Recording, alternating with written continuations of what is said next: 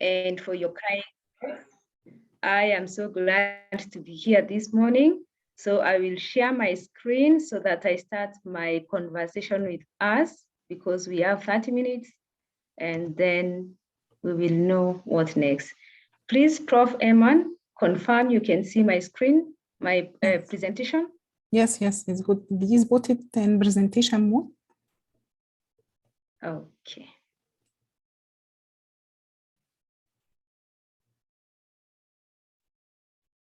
Okay. Is it clear now? Thank you. Great. Thank you so much. Thank you so much, everyone. My name is CS Dr. Kellen Kiambati. I am a senior lecturer from Karatina University. My area of specialization is strategic management. And I am from the School of Business, and I am also the coordinator of career and placement services at Karatina University. So this evening, I have been asked by ASFI to speak to us on my career and my story. So I will focus on what I have been asked to speak, because we have 30 minutes, and I am sure we will have a conversation, all of us as a team. So to start us off, I launched my career in academia in the year 2014. And I was coming to the academia from a corporate stint. So for me, it was an opportunity to have that nexus of the corporate experience now coming to the academia. And when I came there, I realized that to some extent, there are two different spaces. Because in the academia, it is a space, in the corporate, it's a space where issues are managed in a practical way, they are managed in a more faster way, and people want to see results there and then.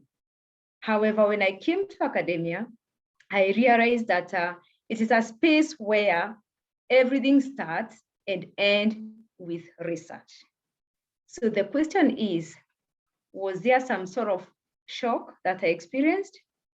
And my answer is, to some extent, yes. I experienced some shock which I needed to manage, because issues that are practical and issues that require research, and sometimes some sort of theoretical research, can be quite different. At the same time, there was quite a lot to offer and a lot to learn. So for me, I realized that while at that particular time, it was a moment for me to find a way of defining myself in the new space where I was, so that I could make some very impactful and meaning-making kind of contribution to the scholarship of teaching and learning, and also to the service that we were offering, or rather we continue to offer in the academia. So it was a nice experience for me to think through that, to reorganize myself, and to cut a space for myself. And why I say it was a nice experience for me is because I realized that it presented an experience for me to unlock the potential that was in me that was probably not being properly used. And also, it was an opportunity for me to offer what I had to offer. So how did it happen? And how did I define myself then after launching my career in the academia? When I moved to the academia, the first year, there was a nationwide lecturers' strike. And at that point in time, we were away from the university for like 3 months, actually 3 or 4. Yes, we were away. And so it presented to me sufficient time to reflect and to ask myself exactly how do I make contribution and impactful contribution in this new space where I had found myself, where everything starts with research and ends with research. So after a lot of soul searching, I realized that I needed to cut a space for myself across 3 areas. 1, writing. And second, now that there's a lot of research that is taking place in this new space, to try and find out how can I make myself a policy-informed researcher. And also, I realized that there's very minimal resource allocation towards carrying out research in the academia. So I knew I needed to find a way of mobilizing research funds if I really needed to carry out research and make meaningful contribution. So during that period, those 3 months that we were away from the academia, I had the opportunity to really reflect upon those 3 areas and ask myself, where exactly do I want to be? How exactly do I want to impact and make a difference? So first, we start with the issue of writing.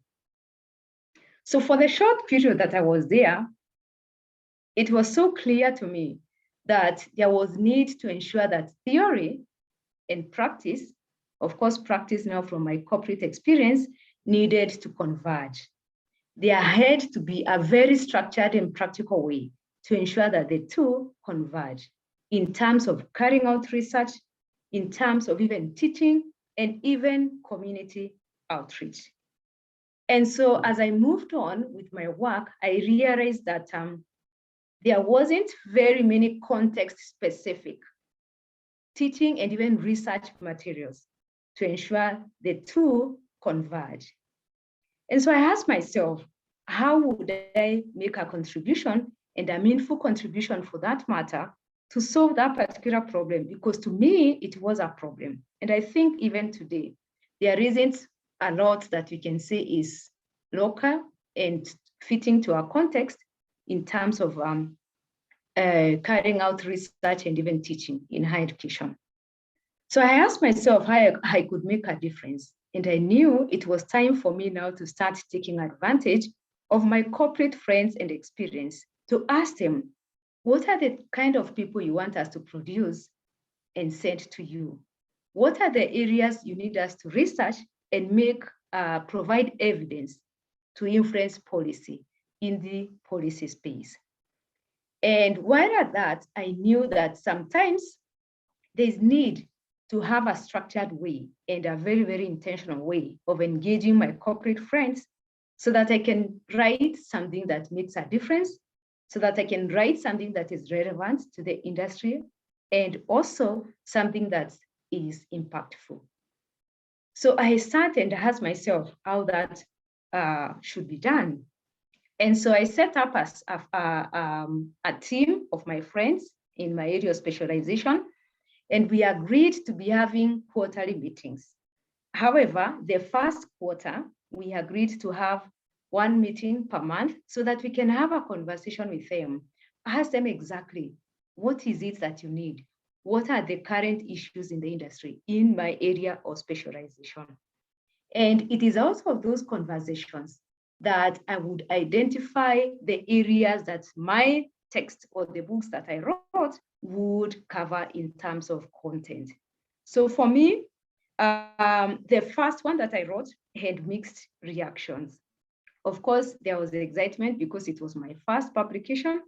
At the same time, I picked very, very many lessons that I applied as I continued to write future text. So the key lesson here is, we in the academia, if we have to make a difference, we have to find a structured and a very, very intentional way of engaging the corporate people so that the theory and the practice can have a place of convergence and a structured place for that matter. So as I set out, I continued writing as I was doing my other work, and the list of what is on our screen is what I have been writing so far. And the first one is the very latest on issues of corporate governance and ethics, and an issue that is very, very current, especially in our African context. And this is one of those that I have written that has had a lot of corporate input. There were a lot of conversations around this particular area because of issues of corruption in Africa, because of, in Kenya, we have in our second cycle of devolution. And so the corporate people really played played a great role in terms of contributing to the content that should be covered in that particular one. And the first one that I set out to the market was one on research methods. And like I said, the first text that we all write has mixed reactions. There's the excitement, and there are also lessons that we learn. I must admit that I learned quite a lot of lessons from that first one, and I have continued to apply those lessons that I have learned as I continue writing. So the key point here is that we people in the academia, when we set out to write, we have to really stop sitting somewhere very far at some corner and engage the people that are the users of what we write, so that we ensure that we write what is relevant and what they can practically apply. In short, I'm saying theory and practice must find a way of meeting. So that is how far I have been able to evolve in terms of my first agenda. Then the second one was the issue of setting out myself as a policy-informed researcher. As I continued with my work, my writing work and my teaching work, I realized that there is need for us as academicians to ensure we produce compelling evidence that is capable of influencing policy in the policy space.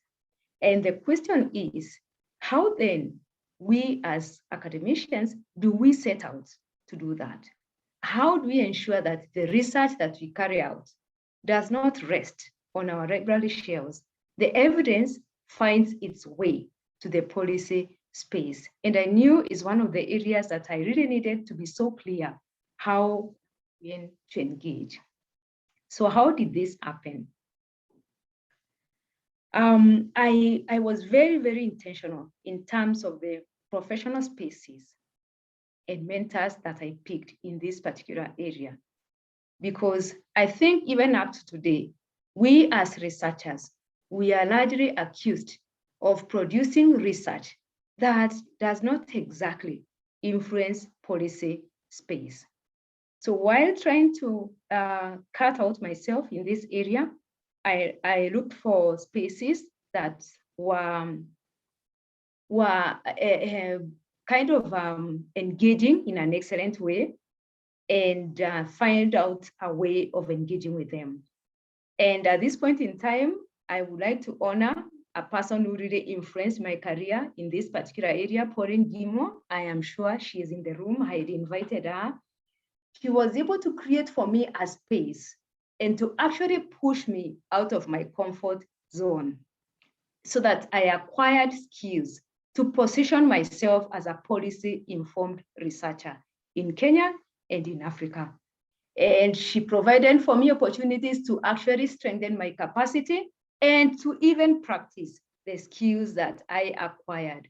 And I really must say that marked my start as a policy-informed researcher. And therefore, Pauline, I want to thank you at this point in time. So as I moved on, it really took time to polish my skills. And I must say, I'm still work in progress. It is not one thing that you do. It's not an event that happens once and you say, now I am satisfied. I am a policy-informed researcher. We move on. No, because research keeps changing and different techniques of carrying out research keep emerging. It is one area that we continuously engage as policy-informed researchers. So while at that particular professional space where I was strengthening my skills and continuing to engage with other professionals, I also identified my mentors, people that have helped me, people that have looked out for me, people that have also extended opportunities to me. And what I can say is that the issue of mentors is very, very critical for academicians. You have to find people who have progressed ahead of you so that they show you the way, they present to you the opportunities, they show you the mistakes you've made, and also you learn from those particular mistakes. So still, under the mentorship of Pauline Gimo, I was able to identify two of my mentors, Professor Ayobami, who is presenting in the other room, and Professor Daniel lives in Australia, so it's late at night at this point in time. And they have really been able to help me as a policy-informed researcher and also as an academician. One thing I can say regarding this issue of mentorship and what I have learned from the years that I have served in the academia is that one has to check on the issue of their teachability index. Sometimes our mentors are very occupied people. They may not have a lot of time to spend with us. So the time that they have spared to help us learn, to help us acquire some skills, you have to ensure as an academician that the teachability index is quite high so that you're able to take advantage of that time and learn what you really must learn. And of course, with these, my three mentors, I must say that I'm always amazed at the profound of their thought process and the astuteness of their minds. And of course, in terms of their delivery, because it is out of that, their delivery, that I was able to acquire the skills that I have been able to acquire. So mentees must be able to understand their responsibilities so as to make life easy for their mentors. So then, so with regard to this issue of policy-informed research, what has happened so far for me as an academician? I have continuously carried out policy-informed research, and quite a number of research is out there online that we can check, particularly matters corporate governance is an issue, and ethics is an issue very, very close to my heart. Also, I have been able to do patenting of some of my research work because, like we have said, right from the start, I had promised myself that the issue of carrying out research, that is the 8 places our university libraries, has to come to an end. So far, I have been able to have 4 copyrights, the latest being end-to-end quality assurance in higher education. That is as a result of one of the research work that I have been able to carry out. And also on national workforce development framework is one of the patents that has received a lot of attention from the county governments. So many of them are asking us to make a presentation to them, and so that we show them how exactly they can develop workforce across their counties. And also the issue of corruption prevention framework is also one of the patents that we have done, co-authored with one of my research collaborators. So the point is, research, we as academicians, I think we have to set out to plug in as policy-informed researchers so that we ensure that the compelling and credible research evidence that we carry out finds its way to the policy space so as we can influence policy, change policies that must be changed, and make a contribution to creating the difference that we would want to see. Then third is the issue of mobilizing research funds and strengthening my proposal writing capacity. So this was the third thing that I decided as I was coming to the academia. I realized that in the academia, the research funds are very, very minimal. Yet carrying out research is one of the main activities that we must do as academicians. And so it was such a tough start. It was a tough start.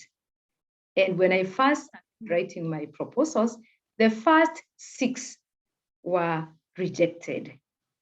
And when those first 6 were rejected, I called a friend of mine and I told him, no, I cannot continue writing proposals again. Because as we know, writing proposals takes a lot of energy, a lot of time, and a lot of commitment. So when I spoke to him, he told me his first 21 proposals, research proposals, were rejected by different funding agencies where he submitted his proposals. So we had a conversation and I asked him, so what is the way forward? So he told me what he did with his 21 proposals. He created a matrix and responded to each and every comment that came from the evaluators of his proposals. And it is out of responding to the comments from his evaluators that helped him now to start writing responsive proposals that have now become part of his career in the academia. So he told me after addressing those issues, there's no year that he has less than 3 programs that have been funded and that he implements. So of course, I followed the same route and I sat and asked myself, what are some of the issues that the evaluators were raising across my different proposals that I submitted? And so I was able to identify areas which I considered to be my weak areas and areas which I considered to be my areas of strength. And having reviewed what the evaluators were telling me when they were rejecting my proposals, I knew I had to change the strategy. I knew very well that there were areas, unless I strengthened, I would not be able to write responsive proposals. And so that is when in 2020, I engaged ASFI, and I have been able to carry out a number of trainings with them. And it is as a result of those trainings that I engage with them that I have been able to manage three grants and have been able to implement 3 programs across the East African region. And so it was as a direct result of the ASFI training that I was able to mobilize those research funds. And I am so grateful to ASFI and Professor Nwaru and Professor Eman, who is present here. I always say that they are a true voice to our generation of scientists. So, of course, as I was engaging with them, I realized that my initial thought in 2014, when I was launching my career in the academia, is really aligned to what they are doing. And so we entered into a conversation with them and we started planning what next.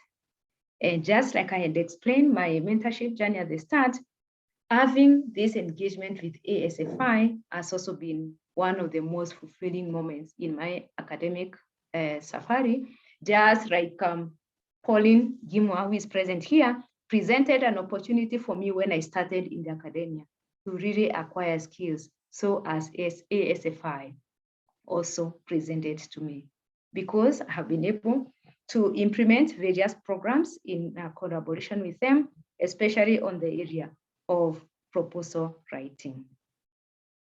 So what are some of the lessons I have learned from this, my very short stint in the academia of like 7 years? I have learned that it's very important to have clarity of vision. You have to be so clear as someone in the academia. Where exactly do you want to see yourself in the next 3 or 5 years? So very, very important to be so clear. After you're clear on your vision, you also have to be so intentional on the measures you will put in place to reach where you want to be the next 3 or 5 years. You have to ask yourself, are there skills you must acquire? Are there mentors you must identify? Are there professional spaces that one must identify so as to engage and be sure of what is happening, where you can acquire skills, where you can form collaborations? One has to be very intentional. And like I've said, the issue of mentors in a very, very meticulous way. And this is one area people have asked, at what level as academicians do we require to have mentors? For me, it's across all the levels, whether at early career, mid, or even those experienced. Because regardless of the level where we are, no one is a monopoly of knowledge or everything. You may require to learn one thing or the other. So depending with where you want to be, then you can identify your mentors. It's also very important to keep checking progress so that it's not just a plan on the paper. You will be able to see that you are progressing towards what you will like to be in future. Then, of course, most important, to consciously question assumptions. Because of the dynamic nature of the spaces where we are as academicians, and even policy space where we are expected to influence, some of the assumptions that we hold may no longer apply. So it is important for us as academicians, or what I have learned in my career, to consciously question and ask ourselves whether what we assumed to be right last year also applies now, whether what we assumed to be correct during or pre-COVID also remains relevant during and post-COVID. Very, very important. I also note that we have to be up to date at national level, regional level, and even international level. We have to keep asking ourselves as academicians and as policy-informed researchers, what is happening in our country? Where are the resources? Where are the people shaping the agenda? Where are the professional spaces? Which institutions are doing what? So as to inform our visions and what we are planning as places to be. For example, if you look at matters sustainable development, this is one space that has a lot of resources. However, we as academicians and as policy-informed researchers, we have to coin ourselves in such a way we can plug in to their agenda and make meaningful contributions and take advantage of the resources that are there. So for me, issues of pivoting sustainable development in higher education are so relevant today. And probably that is one of the areas we can target as academicians. So then, having talked to you on my short stint in the academia of 7 or so years, what next? From the lessons I have learned, I am thinking that next is for us to consider matters national, regional, and continental research studies, so that we do not have each and every academician seated at some corner implementing their own research agenda, so that we start collaborations, partnerships in research, so that we share resources, share ideas, and even different capacities that we have. Consider having context-specific innovations and patents from our research work, because we have to find a way of moving our evidence from the university library to the policy space. We also have to consider to continue writing materials, research and teaching materials that are relevant to our context.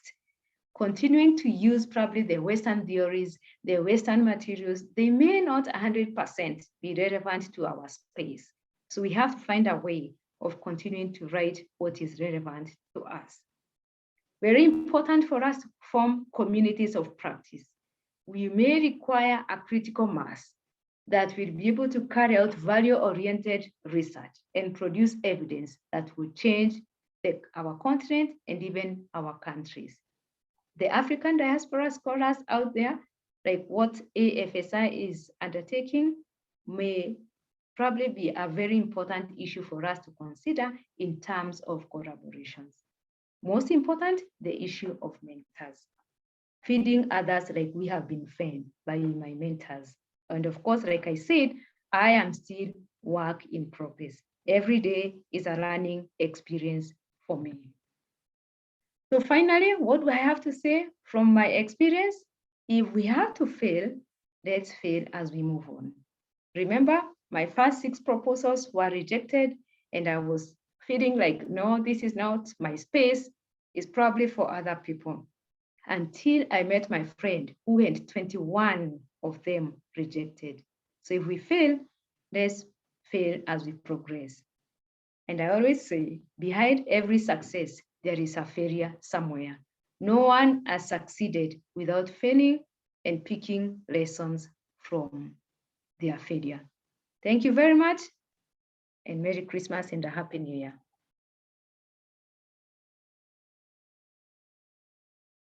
Prof. Eman, thank you so much. Thank you, Kellen. Thank you very much, Kellen. We are happy to hear that ASFI have a positive impact on your story.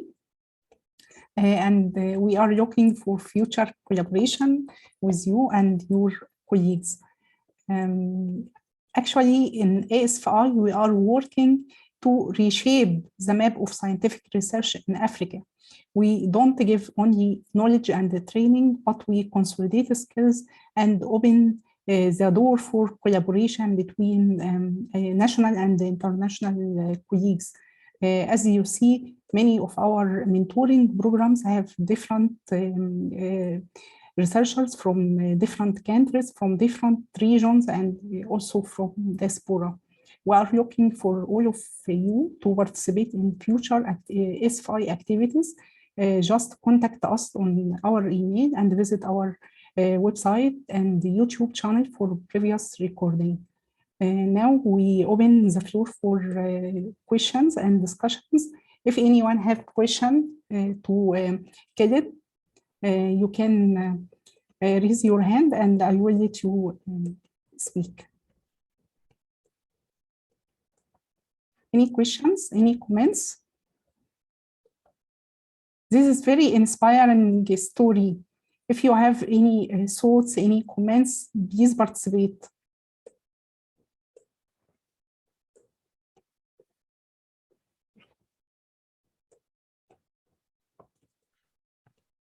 Yes, Pauline? Yeah.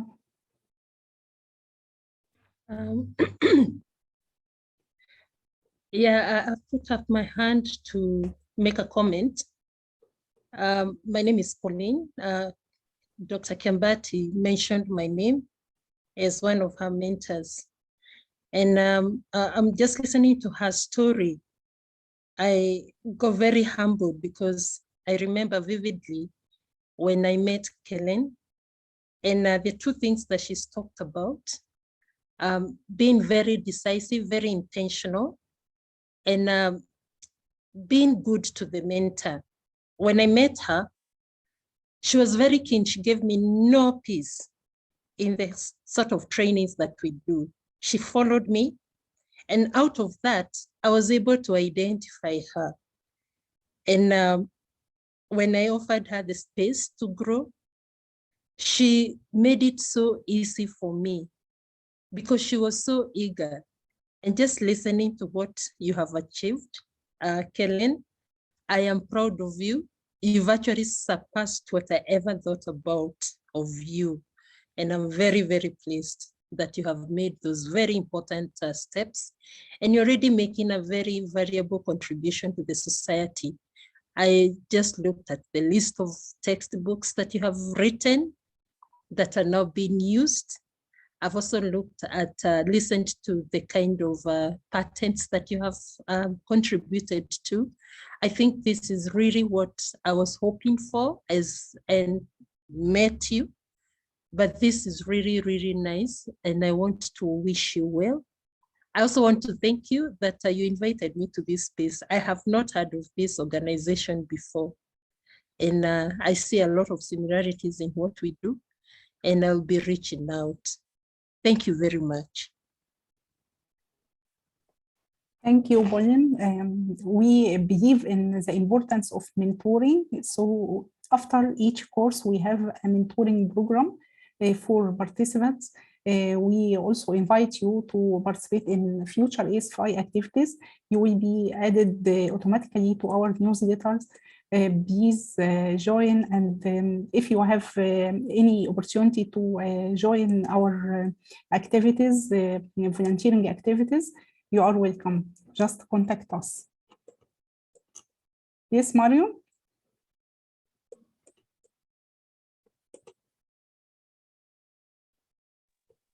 Thank you, Professor Eman, and everyone that's on this platform. Thank you so much, Dr. Kiambati, for sharing your story with us. I'm really touched. I'm really impressed. I'm really oh my God, I wish everyone was like you, because if everybody was as passionate as you are in making a difference, then I believe we would have a better world. And now specifically talking of Kenya. And yeah, so when I grow up, I want to be like you. I'm following you very, very closely. And indeed, I am requesting you, I want you to be my mentor. So I will follow you up in another forum. Thank you so much. God bless you.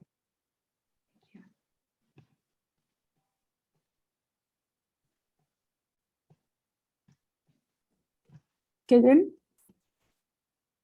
Thank you so much, Pauline and Emma and Marion, for your comments. And I have noted what has been posted on the chat. Because we have a few seconds to return to the room, I want to assure you I have read and I really appreciate. Thank you so much, and I am looking forward to another opportunity. Thank you, Professor Iman. Thank you. Looking forward to see you all in 2022. Now we will move to the main session for further discussion and the closing remarks.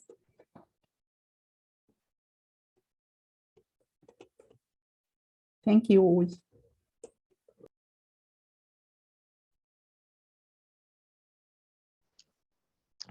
Okay, welcome back everyone. Group 1, Group